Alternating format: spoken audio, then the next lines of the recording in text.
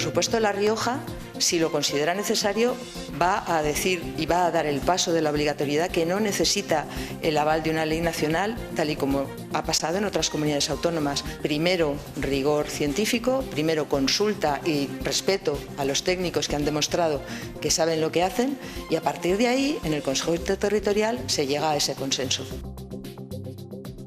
¿Qué tal? Buenas noches. Ya lo dijo anoche aquí la consejera de Salud y hoy lo ha vuelto a repetir. La Rioja no se opone al uso obligatorio de la mascarilla, pero reclama, eso sí, que sea en base a un rigor técnico. Hoy la ministra Mónica García ha dado un golpe en la mesa del Ministerio de Sanidad y ha dicho que tras la negativa ayer de algunas comunidades autónomas, entre ellas La Rioja, hará extensivo el uso obligatorio de las mascarillas en centros sanitarios a partir de mañana miércoles, día 10 de enero. Bueno, todo esto en un día en el que hemos conocido detalles también del nuevo centro del Hospital San Pedro, un nuevo centro de especialidades y cirugía mayor ambulatoria que se va a construir en un espacio situado, vean, justo aquí, junto a la Facultad de Ciencias de la Salud y también de El Carpa. Un edificio que va a permitir liberar la carga asistencial del Hospital San Pedro y El Carpa, ya que en él se van a realizar intervenciones quirúrgicas que en general no requieren hospitalización y registran además una gran demanda hospitalaria. Bueno, pues las obras se van a iniciar en el primer semestre del año de 2025 y está previsto que entre en funcionamiento a partir de 2027. Constará de 2 plantas y un sótano que además tiene 50 plazas de aparcamiento y tendrá un presupuesto que alcanza los 10 millones de euros. ¿Cuáles van a ser, como decimos, esas especialidades? Bueno, pues se va a liberar la carga asistencial del Hospital San Pedro porque aquí se van a desplazar especialidades como la unidad del dolor, también oftalmología, 2 de las más demandadas ahora mismo, y dermatología. Y además se van a instalar quirófanos para cirugías mayores sin necesidad de hospitalización. Vamos a llevar todo el ámbito de las especialidades de oftalmología, de dermatología y de unidad del dolor. Nuevos quirófanos de cirugía mayor ambulatoria, que nos va a permitir seguir con ese otro caballo de batalla, con ese otro tema pendiente de la sanidad riojana, que es seguir mejorando las listas de espera. Mariano Rajoy aprobó un Real Decreto para permitir la salida de empresas en Cataluña que lo único que buscaba era perjudicar a la economía de Cataluña y para perjudicar en consecuencia a todos sus ciudadanos. Y lo que queremos es revertir esta situación y de alguna manera todas aquellas empresas que hayan mantenido su actividad a pesar de la existencia de este decreto o que hubieran marchado se hubieran ido de Cataluña puedan volver, y a estas se les aplicaría unos incentivos fiscales. A las que no, pues que se las pudiese sancionar. Bueno, pues más de 8.000 empresas se fueron de Cataluña en su día por el proceso. Codorniu, por ejemplo, vino aquí a La Rioja. Ahora Junts exige, ya lo han escuchado, al gobierno multas para aquellas que no quieran regresar y promete gratificaciones a las que vuelvan a Cataluña. Es la condición de Junts para dar su apoyo a los decretos que se votan mañana en el Congreso de los Diputados. Podemos sigue en sus 13 y no parece querer darle tampoco su apoyo. Tal vez se debe a su malestar con Sumar, y el Partido Popular tampoco quiere dar ese brazo a torcer y votará en contra de estos decretos. Sería la primera derrota de Pedro Sánchez en esta nueva legislatura. Decir sí a este decreto supone también decir sí a que en nuestro país se siga creando empleo, porque estamos hablando de obtener más de 10.000 millones de euros. Decir sí a estos decretos es decir sí a que cuando vayamos a hacer la compra, cuando compremos la leche, cuando compremos los huevos, cuando compremos la fruta, se nos aplique un 0% del IVA. Con lo cual, porque los principales beneficiarios son muchos millones de españoles y de españolas, esperamos contar con esa mayoría de votos que hagan posible su aprobación.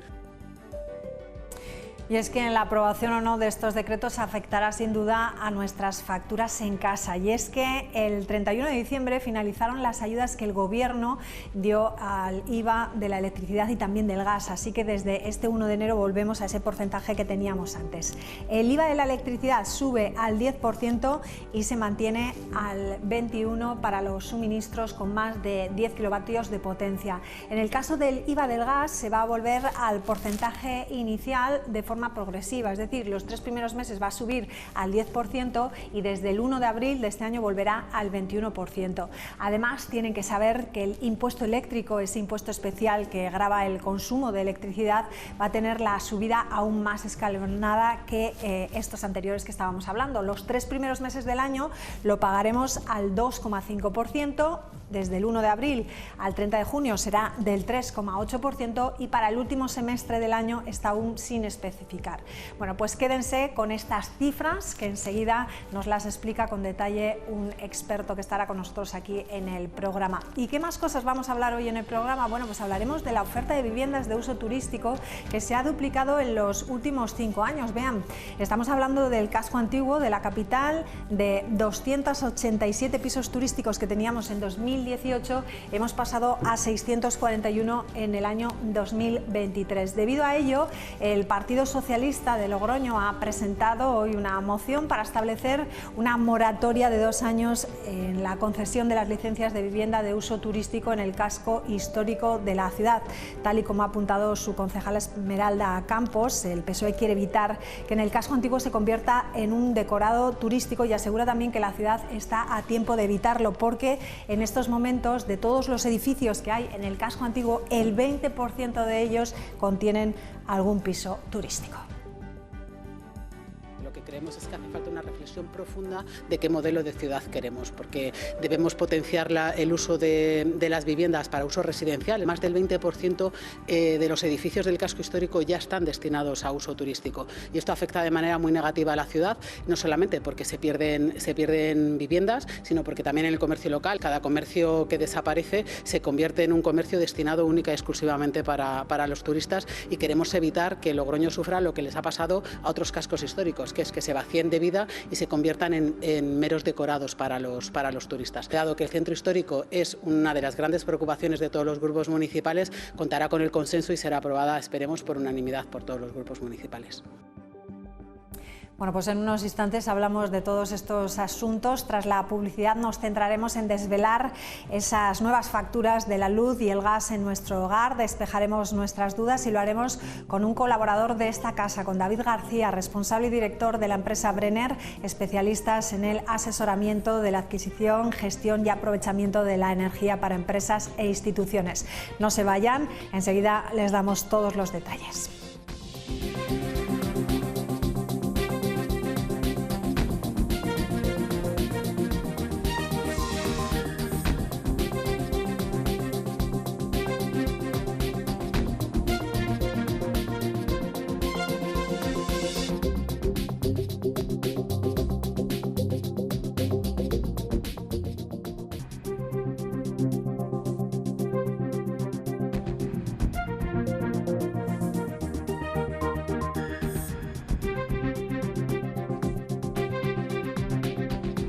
Bueno, pues ya lo hemos dicho al principio, el nuevo año ha llegado con importantes novedades en la factura de la luz, algunas como la subida del IVA y la recuperación de los impuestos especial y también de producción eléctrica nos van a afectar antes o después a todos los consumidores, independientemente, eso sí, del tipo de contrato que tengamos. Otro cambio es el nuevo sistema del cálculo del PVPC, el precio voluntario del pequeño consumidor, que solo va a afectar a 1 de cada 3 familias, las que están en el mercado regulado. Bueno, pues si no se han enterado, nos vamos a enterar, vamos a tratar de comprender la nueva factura de la luz y lo vamos a hacer con David García, director de Brenner. ¿Qué tal? Muy buenas noches. Hola, buenas noches, María. Bueno, novedades que entran en este 2024. Desde el 1 de enero tenemos nueva tarifa regulada e impuestos más altos. ¿Qué podemos esperar del precio de la luz este 2024? Por empezar por algo, ¿eh? Correcto. Pues vamos a ver, la situación después de los 2 años de crisis energética que hemos tenido, sobre todo el año 21 y 22, en el año 23 se ha tranquilizado todo mucho más. Seguimos teniendo precios históricamente caros, pero el 24 hay una tendencia clara de continuación de lo que hemos visto en el 23, es decir, de continuar bajando los precios de esa situación que hablamos de esos 2 años tan drásticos. Aún así, es precios históricamente caros, pero la tendencia es claramente bajista, ¿vale?, en los mercados. Va a ser bajista, pero tampoco lo vamos a notar mucho en las facturas que vamos a tener, ¿no? Vamos a ver, como se sacaron unas medidas para reducir el impacto, sobre todo estamos hablando al sector doméstico, a las casas, se sacaron unas medidas anticrisis energética.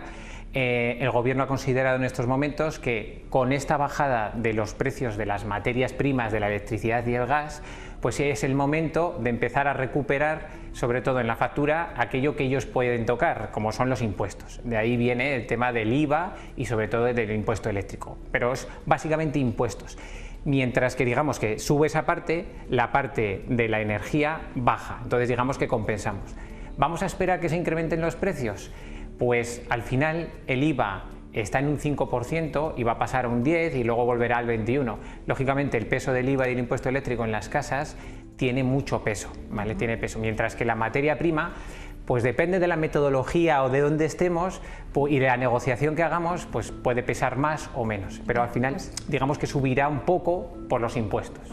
Bueno, eso es en resumen, pero vamos a ir por partes y vamos a ir explicándolo. Vamos con la primera gráfica que tenemos aquí esta noche para comprobar cuál ha sido el comportamiento del precio de la luz a lo largo de estos últimos años, ¿no? Correcto. Entonces, lo que vemos aquí es la evolución del mercado eléctrico desde el año 2015 que hemos puesto hasta la actualidad del año, finales del año 2023 y el comienzo. Lo que representa la línea naranja es el mercado diario, es tener que fluctúa todos los días, a todas horas, que tiene mucha volatilidad, y mientras que la línea azul-verde, que la veo yo así, es los mercados a plazo, los mercados a futuros, es la cotización que tenemos en los mercados todos los días a largo plazo, a 1 año, a 2 años y demás. Entonces vemos que la evolución siempre ha sido bastante pareja, la línea naranja tiene como unos pequeños más altibajos. ¿Qué es lo que pasa? Que históricamente en los mercados siempre han estado entre los 40 y los 50 euros el megavatio. Comenzó la crisis energética en el año 2021 a mediados y empezamos a ver lo que no habíamos visto nunca, una evolución de los mercados, y tenemos esta montaña rusa absoluta que coincide ese pico máximo con agosto del año 2022, en los que los precios se pusieron a 300 euros el megavatio, mientras que los históricos recuerdo que estaban entre 40 y 50, y entonces a partir de ese 26 de agosto, que fue el punto clave, los mercados comienzan a bajar. Este es el 26 de agosto. Ese es el 26 de agosto del año 2022 y desde ese momento los mercados los dos, tanto el futuros como el mercado diario, continúan bajando. Todo el 23 ha sido bajada, bajada, bajada, y el comienzo del 24 continúa con esa tendencia. Entonces vemos que el final de los mercados estamos hablando de una barrera de en torno a los 80 euros el megavatio, ¿vale?, que es donde estamos ahora mismo. Pero recordamos que la situación histórica normal es entre esos 40 y 50, no esos 80. Entonces es todo bastante halagüeño, pero todavía no estamos en esa situación normalizada, digamos, de precios. Se esperará, por lo tanto, puede ser que volvamos a esos precios que dices entre 40... Yo creo que sí. ¿Por qué? Porque en este año 2023 hemos tenido la guerra de Israel, ahora mismo tenemos los problemas del Mar Rojo, con esas luchas que hay allí y que afecta al transporte internacional, entre ellos al suministro de petróleo, de gas natural y demás. Y a pesar de esas situaciones de inestabilidad geopolíticas internacionales, los mercados durante una semana o así reaccionan un poco al alza, pero vuelven a caer en picado, es decir, la tendencia es claramente a la baja. ¿Vale? Venga, pues vamos con la siguiente gráfica y vamos a ver ahora lo que es la evolución del precio del gas también. Correcto. En los últimos años. No nos vamos a ir tan lejos, no. Nos vamos desde abril de 2022, ¿no? Correcto, pero si superponemos las dos gráficas, tanto electricidad que gas, veremos que es exactamente lo mismo, es decir, el gas es el que ha arrastrado a que el precio de la electricidad tenga el mismo comportamiento, porque al final el funcionamiento del mercado eléctrico está basado en un sistema de subastas en las que el gas, en los ciclos combinados, que son las centrales como la de Arrúbal, que generan electricidad con gas, pues al final, al tener una materia prima tan cara, es la que ha hecho que los precios de la electricidad fuesen parejos. Y vemos que la gráfica, mientras que la situación histórica, no estamos en el 22, era de en torno a 20-30 euros el megavatio, volvemos a tener esa situación otra vez en agosto de máximos y la situación del gas vuelve a ser lo mismo. Aquí vemos ese par de moscas, lo que hemos hablado, por ejemplo, esto es la inestabilidad de Israel, que solo dura 2 semanas, pero desde Israel, que estábamos en estos precios, la continuación es de bajada, bajada, bajada. Incluso lo que hemos dicho, lo del Mar Rojo, ayer el mercado del gas bajó un 8% y hoy estaba bajando un 1,5%, a pesar de lo que estamos viendo. Entonces, esta es la tendencia clara de ambos mercados ahora mismo. Bueno, pues ¿cuál va a ser el nuevo cálculo de la tarifa regulada a la que muchas personas, ¿no?, se acogieron en la crisis energética que tuvimos? Vale, la tarifa regulada, a ver, la gente tiene un poco de lío y lógico, porque es el PVPC, que es el precio de venta del pequeño consumidor, la tarifa regulada, la que está controlada por el gobierno, todo eso estamos hablando de lo mismo, es decir, estar acogidos a esa tarifa, que es digamos, el gobierno el que controla esa mecánica, ¿no? Pues esa tarifa está para todas las viviendas que tengan menos de 10 kilovatios de potencia contratada en su vivienda, que es la mayoría de todas ellas, ¿vale? Entonces, antes de que veamos esta gráfica, vamos a ver antes, como has dicho, con la evolución, ya se ha hablado tanto de los impuestos, correcto, vamos a los impuestos primero. Vamos primero a los impuestos, y así sabemos cómo desde el 1 de enero, ¿no?, de este año nos va a cambiar esa factura y donde vamos a poder comprobar qué es lo que tenemos y lo que pagamos. Hemos dicho que para las viviendas los impuestos son muy importantes, porque la materia que hemos visto hasta ahora de los mercados tiene su peso importante, pero claro, los impuestos repercuten mucho. El impuesto que hemos tenido con estas medidas excepcionales durante estos 2 años fueron que tanto la electricidad como el gas estaban reducidos del 21% original al 5%. Entonces, hasta el 31 de diciembre del 2023 hemos tenido un 5%. Las medidas aprobadas a finales en el Boletín Oficial del Estado hablan de que la electricidad tiene que volver a recuperar ese IVA como consecuencia de que la otra contrapartida está bajando, y del 5 va a pasar al 10% durante todo el 2024. Mientras que la situación del gas es el 10% en el invierno, que es cuando consumen todas las viviendas, este enero, febrero y marzo, y a partir ya directamente de abril recuperar el 21% en el IVA del gas. Seguramente el IVA de la electricidad para el 2025 recupere ese 21%. Pero hago una pequeña postilla.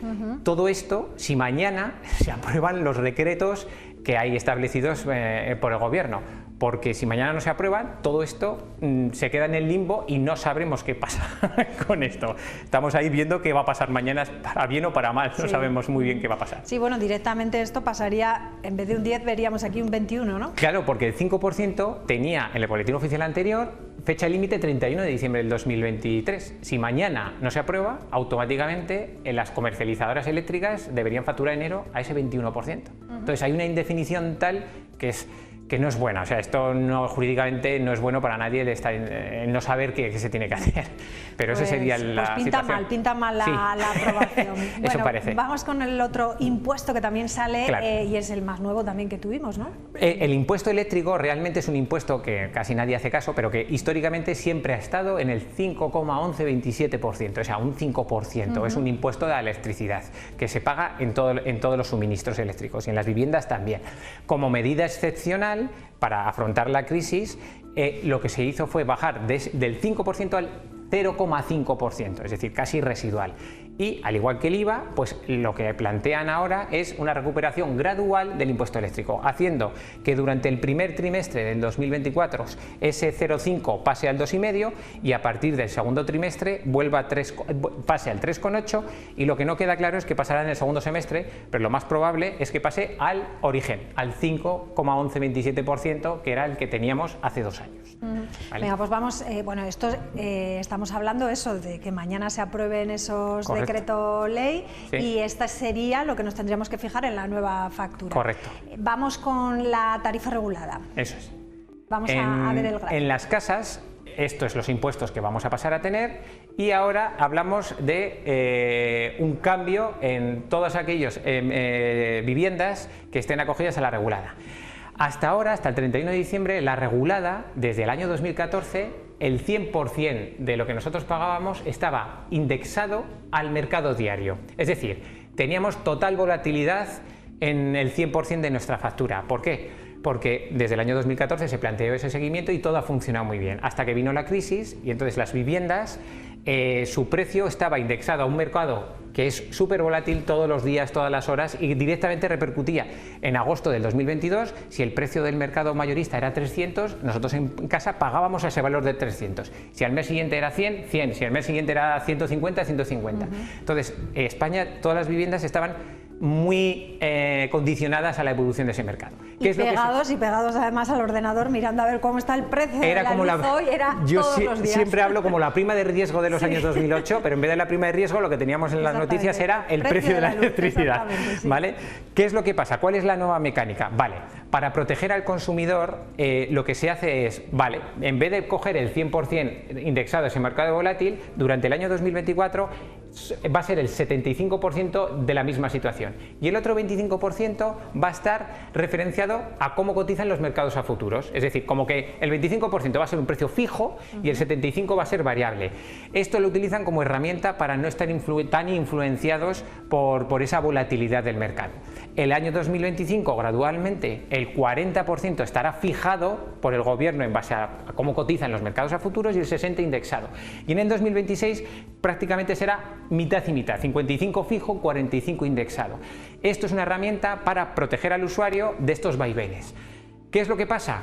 Que como todo, pues llegamos en un momento en el que igual es un poco tarde, porque ahora precisamente el 100% es más barato que esta fijación. Pero claro, también tenemos que pensar que esto sea una mecánica a largo plazo, de que el usuario no vuelva a sufrir lo que ha sufrido en el año 21 y 22, y es una manera, digamos, de amortiguar de alguna manera que las viviendas estén protegidas a esos vaivenes tan fuertes que hemos tenido. O sea, que sería pagar un poquito más, ¿no? Correcto. Un precio más caro, pero controlando esa subida, ¿no? Esa subida. Eso es. ¿Qué es lo que pasa? Que para el sector doméstico, si sumamos que esto va a ser un poco más caro que lo que el mercado está cotizando ahora, la parte fija va a ser más cara que lo que está cotizando el 100% del variable ahora, y le sumamos un incremento del 5% al 10% en el IVA y un incremento del impuesto eléctrico, eso hace que entre impuestos y la nueva metodología vayamos a pagar a corto plazo más, aunque con un seguro, digamos, de riesgo para que no sufrir esa volatilidad. Lo que pasa es que yo creo que esto llega un poco tarde. Pero bueno, aquí como inciso, cada uno en su casa sabe cómo es. El que está muy pendiente de su factura eléctrica, pues igual ahora le compensa salirse y estar en el mercado libre en vez de en el regulado por el gobierno, porque el 100% es más barato que esta parte. Pero si tú estás pendiente de tu factura y haces un seguimiento, los que son un poco más desastres, como yo en mi casa, esto es en casa del herrero cuchara de palo, pues dices, bueno, sabemos que hay una mecánica que me va a proteger a largo plazo, que igual pago un poco más ahora, pero no voy a estar tan pendiente de algo que igual desconoce la gente en su casa y se siente más o menos protegido en su factura. O sea, para que me entere yo, en este 2024 los que están en el mercado libre, lo que te he entendido más o menos, en el mercado libre van a pagar un poquito menos, correcto, ¿no? Vale. Pero van a ir pagando al final más, ¿no? No se sabe, depende cómo evolucionen los mercados. Ahora mismo el 100% es más barato que esta fórmula. ¿Seguirá así históricamente? Bueno, como hemos visto que los mercados están bajistas y todo, pues vuelve a ser cierta tranquilidad. Pero si vuelve a haber una inestabilidad, los clientes que estén en esta opción estarán más protegidos que los que estén 100% en el mercado libre. Pero es una cosa individual que yo siempre digo, depende de cada persona, de cómo sea, del caso que le hace, el seguimiento que le hace las facturas, de si es una persona conservadora o está más pendiente de todo. Es así. Entonces, en nuestra factura las eléctricas no son los que se van a llevar más, sino que se va a llevar más los impuestos del propio gobierno, ¿no? Correcto. Las eléctricas al final los impuestos los trasladan, pero hacen de recaudadores simplemente para el gobierno, y lo que ganan las comercializadoras, dependiendo de sus ofertas y demás, depende de la evolución de los mercados. Entonces, y depende de cómo negocies. Lo que pasa que en las casas pues no se puede negociar mucho, hay pocas decisiones que tomar, o estás en este sistema o estás en el indexado 100% o encuentras un precio fijo 100%, pero es que esas son las tres opciones que hay. Vale. Yo recomendaría en casa... ¿Cuál es la tuya? A ver. Yo, si la persona es como yo, de los que no está pendiente de la factura de su casa, que continúen con esta dinámica, porque van a pagar un poco más por este 25%. Los impuestos los vas a pagar exactamente igual, estés en uno o en otro. La persona que le gusta estar un poco más pendiente y quiere estar con el ahorro muy encima y demás, seguramente a corto plazo, los próximos 6 meses, incluso todo el año, le compense más buscar una oferta en el mercado libre, que sea un indexado que vaya ligado a esa volatilidad y seguramente ahorre más que estando en esta mecánica. Entendido. Una cuestión más que no nos podemos olvidar, las comunidades de propietarios, que sí que ahí claro, no se pueden salir y algunos habían firmado también algunos contratos en este 2024, ¿no? Correcto, hay un poco de locura ahí. ¿Qué es lo que pasa? Las comunidades de propietarios en la electricidad no es muy representativo, porque los gastos de las comunidades de propietarios, más allá del ascensor, del garaje, suele ser algo residual y a repartir entre muchos. ¿Cuál es el problema? El gas. El gas en las comunidades de propietarios es el verdadero problema, ¿no? Cuando llega el invierno y afrontar ese invierno, esos 3-4 meses, con precios altos. ¿Qué es lo que ha pasado? Durante otra medida anticrisis fue sacar una tarifa especial para las comunidades de propietarios que sobre todo consumían mucho. ¿Qué es lo que ha pasado? Pues que muchas de ellas han firmado con precios, por ejemplo, de antes del invierno de 70, bueno, se han protegido, pero es que el gas ahora está a 30. 2 meses después el precio está a 30. Pero el problema de la tarifa especial que ha salido hoy para las comunidades es que el 31 de diciembre desaparece y tienen que pasarse al mercado o al regulado o buscar una oferta nueva en el mercado libre. Está tan caótico toda la situación política que durante 15 días se han dado la opción de salirse del mercado para volver a la regulada. Otra vez volvemos a ver que depende de lo que pase mañana, podrán hacer una cosa u otra. Pero las comunidades de propietarios, en principio, lo que deben buscar es un buen asesoramiento o que los administradores de fincas confíen en ellos y estén bastante bien informados para cómo actuar. Pero realmente hoy, 9 de febrero, o sea, de enero, estamos con una incertidumbre para las comunidades de propietarios muy fuerte.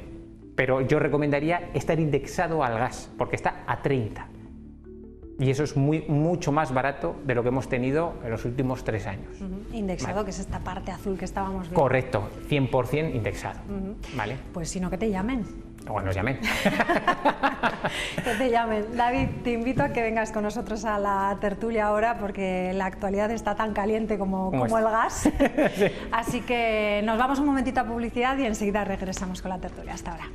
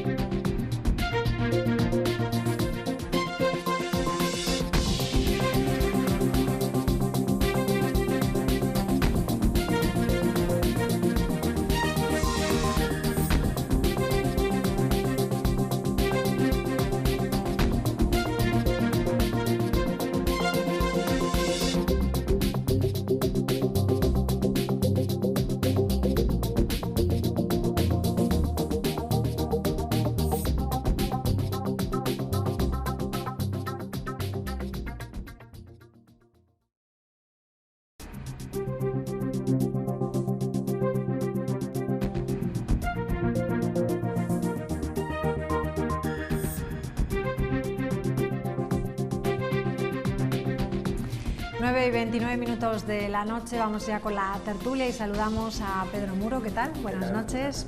Feliz año, que nos habíamos visto. Olivia, ¿qué tal? Muy buenas noches, bienvenida. Muy buenas noches. Feliz año también. Lo mismo, feliz año a todos. Y nuevamente, buenas noches, ¿qué tal, David? Buenas noches, María. Aquí ya sentados en la mesa para entrar en materia. Vamos a escuchar en primer lugar a Pilar Alegría, la portavoz del Gobierno, hablando de la mascarilla, porque a día, bueno, a estas horas, 9:29, 9:30 de la noche, yo no sé si mañana vamos a tener que ponernos la mascarilla si vamos a algún centro de salud, porque ya lo saben, aquí la consejera de Salud ha dicho que no, pero desde el Gobierno se dice que sí. Vamos a escucharla. Estamos todavía hablando con las comunidades autónomas. Sabe que se celebró el Consejo Interterritorial en el día de ayer. Se ha dado esas 48 horas para recoger las distintas propuestas de las comunidades autónomas que estamos valorando y estudiando, pero evidentemente nuestra decisión es, a partir del día de mañana, tomar esa decisión de hacer obligatoria el uso de la mascarilla solo en los hospitales y en los centros de salud, solo en el ámbito sanitario. Bueno, pues es que la gripe sigue estando ahí, las enfermedades respiratorias están afectando a casi todos. El Hospital San Pedro se encuentra al 85% de ocupación, una situación, según María Martín, de saturación y no de colapso. Esos eran los argumentos para no aplicar la medida de obligatoriedad de la mascarilla, pero a partir de mañana en todas las comunidades autónomas pasará a ser obligatorio el uso de la mascarilla en los centros sanitarios. Una decisión por sorpresa que ha tomado el Ministerio de Sanidad. Ayer parecía que esa obligatoriedad pues no existiría, así que ¿a qué creéis que se debe ese cambio? Aunque es una medida de sentido común, ¿no? Sí. Que yo creo que ahí coincidimos todos que es una medida que hay que adoptar, pero ¿qué va a pasar al final? Pues, hombre, yo creo que en el momento en el que estamos y viniendo de donde venimos y conociendo la situación todo el mundo, pues bueno, es verdad que es una medida de sentido común, pero también creo que hemos demostrado que a veces el sentido común, pues ahí andamos, ¿no? En su uso. No voy a decir que no lo tenemos, pero bueno, que lo usamos a veces de aquella manera. Entonces, a mí no me parece descabellado obligar a su uso en los centros sanitarios y hospitales. Es verdad que hoy la consejera decía, esta mañana además he estado en la rueda de prensa y decía pues que La Rioja no se opone al uso de la mascarilla, que lo que pide es que haya unos criterios científicos, que también es verdad que tiene su lógica, pero bueno, creo que una medida urgente se puede tomar de esta manera, sobre todo cuando se limita solo, ¿no?, a hospitales y a centros sanitarios. Evidentemente, yo creo que no se puede decretar alegremente el uso de la mascarilla porque implica muchas más cosas en general, ¿no?, como hemos tenido en otras épocas, pero a mí no me parece tan descabellado que sea así. Creo que es un poco más, pues bueno, el juego en el que vamos a estar toda la legislatura de oposición entre partidos, y me da un poco de rabia cuando además son temas tan importantes como es la salud pública en este caso, la verdad. Pedro, ¿qué te parece? Porque bueno, pues, al final las comunidades autónomas, ¿no?, sí, tienen la última palabra en esto, pero si viene por decreto...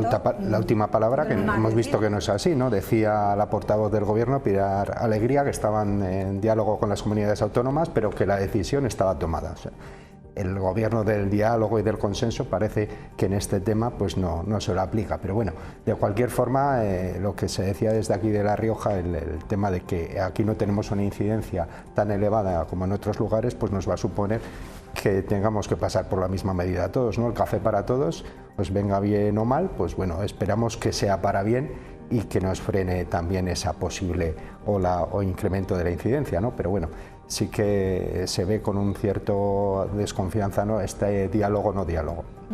¿Cómo lo ves desde aquí, David? ¿Cómo crees? ¿Tú eres de los de sí obligatorio o no? A ver, yo soy de los que opina que esto, yo creo que se resume en dos cosas. Yo creo que cada comunidad autónoma, empezando por La Rioja, tiene sus expertos, su situación individual, sus incidencias, y que a veces es bueno, siempre hablamos de que España tenemos 17 reinos de taifas, pero a veces en situaciones como esta, pues en cada comunidad tendrán su situación individual, y entiendo yo que la consejera se habrá reunido con los agentes sociales implicados, sanitarios, se habrá preguntado cómo están las cosas para tomar una decisión de decir yo no me opongo, pero tampoco lo veo necesario, ¿no? Y la segunda, que yo sí que vería muy claro, es atenernos a la responsabilidad individual de cada uno, que lo hemos dicho desde el año 2020, es decir, sabemos que la incidencia ahora es brutal, ¿no?, estas navidades que estamos viendo, y se ven mascarillas por la calle, pero igual no las que realmente reflejan la realidad, ¿no?, de los datos que estamos viendo. Pues un poco apelar al sentido común, a la responsabilidad individual de cada uno, porque eso es lo que haría que en los centros sanitarios no hubiese el problema que se puede estar generando ahora. Entonces, ni sí ni no. Bueno, pues vamos a terminar con lo que decía la consejera de Salud esta mañana, a ver si nuestros compañeros pueden ponernos, a María Martín. Por supuesto, La Rioja, si lo considera necesario, va a decir y va a dar el paso de la obligatoriedad, que no necesita el aval de una ley nacional, tal y como ha pasado en otras comunidades autónomas. La obligatoriedad de las mascarillas se tiene que dar cuando sepamos y digamos los indicadores que estamos utilizando, cuando haya consenso sobre eso, y eso fue lo que le pedimos a la ministra, que primero rigor científico, primero consulta y respeto a los técnicos que han demostrado que saben lo que hacen, y a partir de ahí, en el Consejo Interterritorial, se llega a ese consenso. Bueno, pues lo sabremos en las próximas horas, ¿no? Sí, no. Yo estoy convencida de que va a ser obligatorio. Que será que sí, ¿no? Yo creo que sí. Sí, tiene toda la pinta. Bueno, esto en un día además en el que hemos conocido detalles del nuevo centro del Hospital San Pedro, un nuevo centro de especialidades y de cirugía mayor ambulatoria que se va a construir, ahí lo están viendo, en un espacio situado junto a la Facultad de Ciencias de la Salud y el CARPA. Es un edificio que va a permitir liberar la carga asistencial del Hospital San Pedro y del CARPA, ya que aquí pues se van a realizar intervenciones quirúrgicas que en general no requieren hospitalización y registran además una gran demanda hospitalaria. Ahí estamos viendo el presupuesto es de 10 millones de euros, el inicio de las obras está previsto en el primer semestre de 2025, estaría en funcionamiento en el año, 2 años más tarde, en el 27, y el edificio tendría 2 plantas y un sótano con 50 plazas de aparcamiento, y las especialidades, las más demandadas son la unidad del dolor y oftalmología, pero también estará dermatología y luego unos quirófanos, ¿no?, donde se hace esa cirugía mayor ambulatoria que hemos hablado. ¿Qué os parece esta noticia? Pues yo creo que es una muy buena noticia, ¿no?, y que además va en línea con las medidas que ya ha tomado el Partido Popular para suprimir o bajar esas listas de espera, ¿no? Las listas de espera, la verdad es que eran un clamor social, y en ese sentido el Partido Popular pues llevaba en su programa bien claro el bajar ese número de días de lista de espera, y lo tiene que hacer, digamos, en varios frentes. Este nuevo centro pues va a suponer que en un futuro podamos dar mayor agilidad a unas operaciones que se están derivando a la concertada actualmente para suprimir esas listas de espera. Entonces a mí me parece una muy buena noticia, y además pues planificar el futuro con tiempo, ¿no?, y con visión de futuro, ¿no? No es la misma gente la que se opera ahora de cataratas o de la vista en oftalmología, por hablar de esa especialidad, que hace 10 años cuando se hizo el San Pedro anteriormente. Entonces me parece muy buena noticia, y también pues habla de lo que está haciendo el Partido Popular, ¿no? El 6% de incremento que llevan los presupuestos de este año en el capítulo 1 de personal también me parece muy buena noticia, porque tenemos que contar con más profesionales sanitarios, mejores profesionales, mejor pagados, y creo que va todo en la misma línea, en mejorar la sanidad, porque la verdad que necesitaba un cambio. Vamos a escuchar lo que decían esta mañana en esa rueda de prensa en la presentación. El nuevo centro de especialidades acogerá a aquellas donde hay hoy en día una mayor demanda de consultas. Vamos a llevar todo el ámbito de las especialidades de oftalmología, de dermatología y de unidad del dolor. Además de quirófanos de última generación para cirugía mayor ambulatoria. Nuevos quirófanos de cirugía mayor ambulatoria, que nos va a permitir seguir con ese otro caballo de batalla, con ese otro tema pendiente de la sanidad riojana, que es seguir mejorando las listas de espera. Se construirá una primera fase en un edificio que, si es necesario, se podrá ampliar. Contará con un parking para 50 plazas, además de presótano y 2 plantas. Un nuevo espacio que permitirá descongestionar el Hospital San Pedro. Que van a permitir, lógicamente, liberar y ganar espacios, aparte de la funcionalidad de reunificar todas estas especialidades, pues para que el Hospital San Pedro también internamente pueda seguir dando mejor atención. En cuanto a los plazos, se espera que empiece a construirse en el primer semestre del año. Con una inversión cercana a los 10 millones de euros, se prevé que entre en funcionamiento en 2027. Bueno, es sin duda una buena noticia, pero yo me pregunto también por esos profesionales, como decía Pedro, ¿no? Si tenemos dificultades ahora para encontrar profesionales que vengan aquí a La Rioja, pues esto también es un nuevo reto, ¿no? Claro, yo es que a mí se me ocurren varias reflexiones. Evidentemente cualquier infraestructura es buena para La Rioja, si encima es una infraestructura sanitaria, nada que decir en su contra, faltaría más. Pero sí que me planteo algunas cosas. Primero, que ojalá sea verdad y se cumpla, porque quiero recordar que los gobiernos anteriores también hicieron promesas en ese mismo solar. El gobierno de Pedro Sanz, no me acuerdo muy bien qué proyecto tenía, pero había un proyecto. El gobierno de Concha Andreu tenía como proyecto un centro de atención a la dependencia. El solar sigue vacío. Quiero pensar que este va a ser el proyecto definitivo en ese solar. 2027 me parece un poquito rápido. Es verdad que es año electoral y que vendría muy bien la inauguración antes de elecciones, pero me parece un poco ajustado. Ojalá se cumpla, insisto, porque es desde luego una buena noticia para La Rioja. Como periodista también tengo que decir que no me ha gustado mucho la forma de presentarlo, porque bueno, salió con una filtración, bueno, una entrevista este fin de semana en un medio de comunicación, hasta 2 días después no hemos tenido más detalles. Me hubiese gustado que se presentase de otra forma, dada la importancia del proyecto para todos los riojanos, ¿no? No se había dicho nada en la presentación de los presupuestos, cuando estamos hablando de una enorme infraestructura y de repente ha surgido así. Entonces, a mí eso sí que reconozco que me genera, por lo menos lo dejo ahí para la reflexión.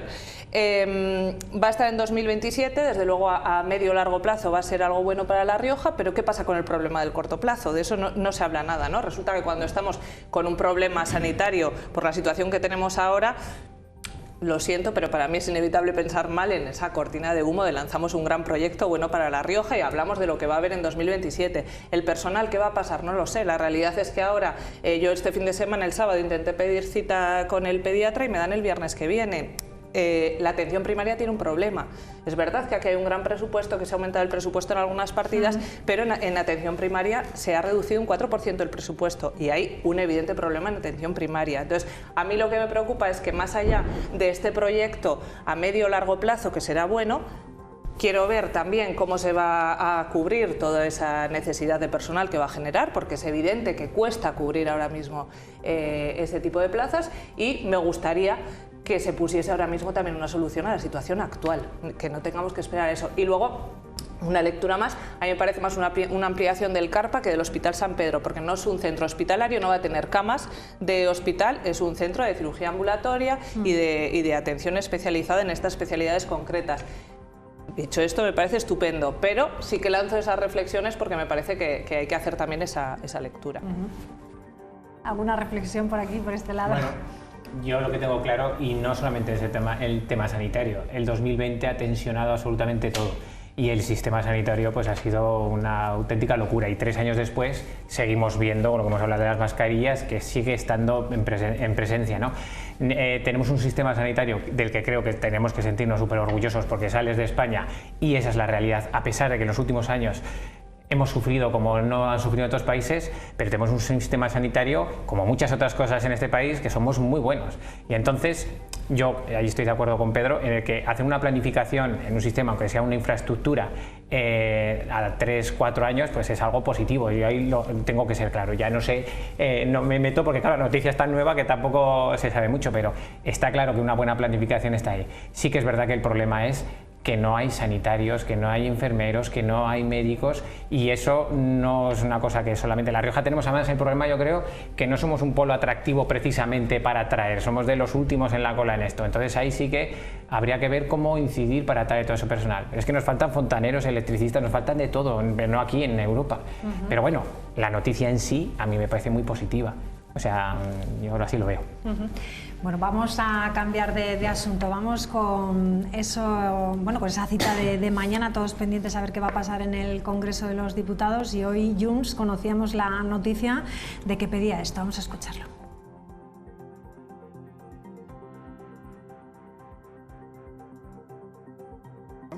Mariano Rajoy aprobó un Real Decreto para permitir la salida de empresas en Cataluña, que lo único que buscaba era perjudicar a la economía de Cataluña y para perjudicar, en consecuencia, a todos sus ciudadanos. Lo que queremos es revertir esta situación y, de alguna manera, todas aquellas empresas que hayan mantenido su actividad a pesar de la existencia de este decreto, o que hubieran marchado se hubieran ido de Cataluña, puedan volver, y a estas se les aplicaría unos incentivos fiscales. A las que no, pues que se las pudiese sancionar.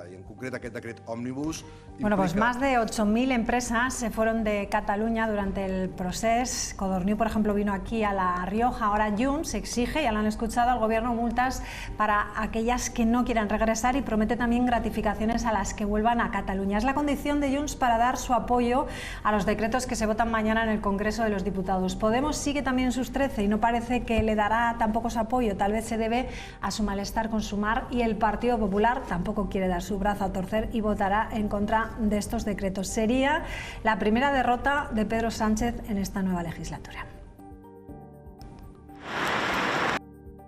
Decir sí a este decreto supone también decir sí a que en nuestro país se siga creando empleo, porque estamos hablando de obtener más de 10.000 millones de euros. Decir sí a estos decretos es decir sí a que cuando vayamos a hacer la compra, cuando compremos la leche, cuando compremos los huevos, cuando compremos la fruta, se nos aplique un 0% del IVA. Con lo cual, porque los principales beneficiarios son muchos millones de españoles y de españolas, esperamos contar con esa mayoría de votos que hagan posible su aprobación. Bueno, pues esperanza para conseguir esos apoyos, pero lo hablábamos antes nosotros, ¿no? Que de todo lo que hemos hablado de los impuestos del IVA y de la luz y el gas, pues que si mañana no se aprueban, pasaríamos del 10, hemos dicho, ¿no?, al 21%, por ejemplo, en el IVA de la electricidad. Correcto. Yo me tuve que leer el Real Decreto porque es mi trabajo, igual que otros Real Decretos, y a ver, yo creo que hay un problema más de trasfondo, ¿no? Yo creo que hay una inseguridad jurídica en este país cada vez más, esto hay que decirlo así. Yo creo que todo esto poco a poco parece que no va calando, pero ya llevamos muchos años de un maltrato a las instituciones, yo lo tengo que decir así, se maltratan, ya no se tiene un respeto a los procedimientos, a todo. Entonces, estos Real Decretos que yo me he tenido que leer como profesional de lo que es lo mío, y de repente lees cosas que hay mezcla de un poco de todo, ¿no? Habla de la justicia, hablas de tal, hablas de... y dices tú, bueno, el procedimiento no es el habitual, el que yo estaba acostumbrado hace 10 años, digamos, no ahora, hace un año, hace 3. Ese procedimiento se ha perdido. Yo estoy muy preocupado porque yo hablo con muchas empresas y veo que las empresas, esta misma mañana hablaba con varias de ellas y me gusta preguntarles ¿cómo veis las cosas? Y todas me hablaban de incertidumbre, de un parón, de quitándose estocaje, de que nadie quiere comprar, y yo veo a las empresas ahí que están sufriendo mucho. Y a nivel político, pues la situación que tenemos ahora es de verdad que como profesional técnico, en este caso de la energía, esto es insufrible porque no sabemos qué va a pasar con el IVA, no sabemos qué va a pasar con las tarifas reguladas del gas, no sabemos, o sea, ni siquiera nosotros que estamos encima sabemos qué es lo que pasa. Entonces yo no sé si mañana se tiene que aprobar, no se tiene que aprobar o qué. Pero me preocupa la degradación que se está llevando a nivel general desde hace muchos años de los procedimientos, que creo que cada vez vale todo y yo creo que estamos perdiendo mucho la visión de país, de por dónde tenemos que ir. Y sinceramente, en lo mío, como digo, es una auténtica locura. No se puede tener una eléctrica. O sea, ahora mismo no sabemos si van a tener que facturar al 10, al 5, al 21, pero eso es un pequeño aspecto que es el que más se visualiza, el del IVA. Pero es que hay muchos otros que, y no me quiero poner en la situación de las eléctricas.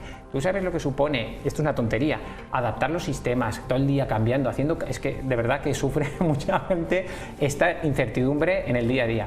Yo veo que hay una inestabilidad, que algo tenemos que hacer en este país porque esto no es bueno. Y esto va calando, no nos damos cuenta, pero va calando poco a poco en el país y vamos aceptando cosas que hace 10 años eran inaceptables. Pues la ministra Pilar Alegría ha dicho que no, que el gobierno de Sánchez da seguridad jurídica a las empresas, que en eso se basa, eso es lo que ha dicho, no lo digo yo, ¿eh?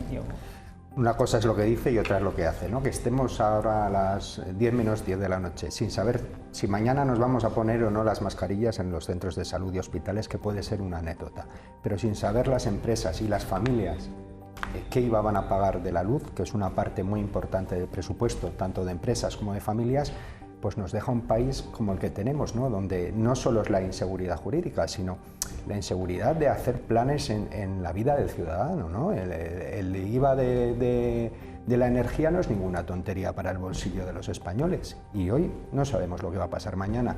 Al final estamos en manos de los nacionalismos, ¿no? Los nacionalismos que nosotros hemos vivido ese efecto frontera durante muchos años con el País Vasco y que pretenden en Cataluña crear lo mismo, ¿no? Que las empresas que se fueron libremente vuelvan obligadas y si no serán sancionadas. ¿Qué os ha parecido esa y que las empresas que están allí que tengan unas excepciones fiscales, ¿no? Pero, ¿somos todos iguales o no somos iguales? ¿Jugamos con las mismas reglas las comunidades autónomas o no?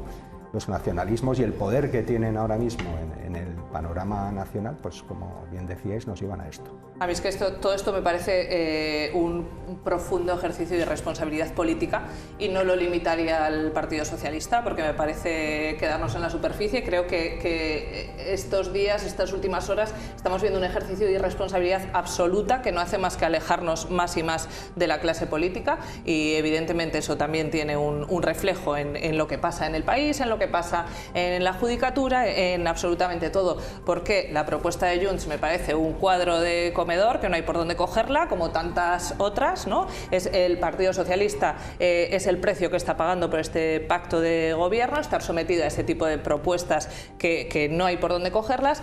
Podemos, en su tónica habitual, que además va a más de sí, pero tenía que ser un poquito más, entonces voto no a todo, y como encima ahora tenemos Galicia y Sumar y pues otra profunda irresponsabilidad. El Partido Popular, voy a votar en contra de todo, aunque hay cosas en las que estoy a favor, pero luego las presentaré en mi nombre para sacar adelante a España. Lo que estamos haciendo es presionar, presionar, presionar para romper el gobierno lo antes posible, evidentemente. Al final son todo intereses políticos que pagamos la ciudadanía, básicamente, porque ¿quién va a decir que no a tener gratuitos los billetes habituales de Renfe, a rebajar el IVA de los alimentos, a suspender los desahucios en hogares vulnerables, a la bajada de impuestos de luz y electricidad, a regularizar las pensiones contributivas? ¿Vamos a renunciar a los 10.000 millones de euros que nos tienen que llegar de Europa y que si no aprobamos estas medidas no van a llegar? ¿Vamos a renunciar a mejorar las cuantías para los parados de larga duración? ¿Vamos a renunciar a todo eso? ¿Por qué? Vamos a renunciar a todo eso por una situación política en la que cada uno está mirando única y exclusivamente sus intereses partidistas. Entonces, yo aquí no puedo mirar al Partido Socialista, no puedo mirar al Partido Popular, no puedo mirar a Junts, no puedo mirar a Podemos. Tengo que mirar a que realmente, lo siento mucho y me duele decirlo porque soy una de las personas que cree en la clase política y que cree en los políticos que hacen las cosas bien y que buscan el bienestar de la ciudadanía, pero ahora mismo somos víctimas de un profundo partidismo por parte de unos y de otros, y yo así es como lo siento y así es como veo esa inestabilidad. Veo que estamos a las 10 de la noche, pero no porque el gobierno haya hecho X, sino por todos estos intereses de cada uno en su postura, y me parece terrible y me parece que nos lo tenemos que plantear como ciudadanía, desde luego. ¿Qué va a pasar mañana en el Congreso? Se va a ver esa tensión, ¿no? Evidentemente, yo creo que va a haber mucha Congreso tensión y creo que es muy probable que no salga adelante y que luego pues veamos la tónica que va a haber durante toda la legislatura. El no por sistema. Ayer escuchábamos a Isabel Díaz Ayuso, al gobierno ni agua, o sea que a mí se me ponen los pelos de punta, al gobierno ni agua. Bueno, pues evidentemente yo entiendo esa postura del Partido Popular de decir tenéis estos socios y ahora venís a buscarnos, pero es que como ciudadana me gustaría pensar que hay partidos políticos en el gobierno y en la oposición que quieren mi bienestar y que quieren el bienestar de mi país. Lo que pasa que lo que me demuestran un día tras otro, lo siento, pero sí, pero si me estamos cuesta. hablando de que este gobierno se vendió como un acuerdo de progreso y resulta que quien está votando que no es Junts. O sea, que es que no tenemos que buscar en la oposición la solución. El problema lo tenemos en nuestros socios, lo tiene el Partido Socialista en sus socios.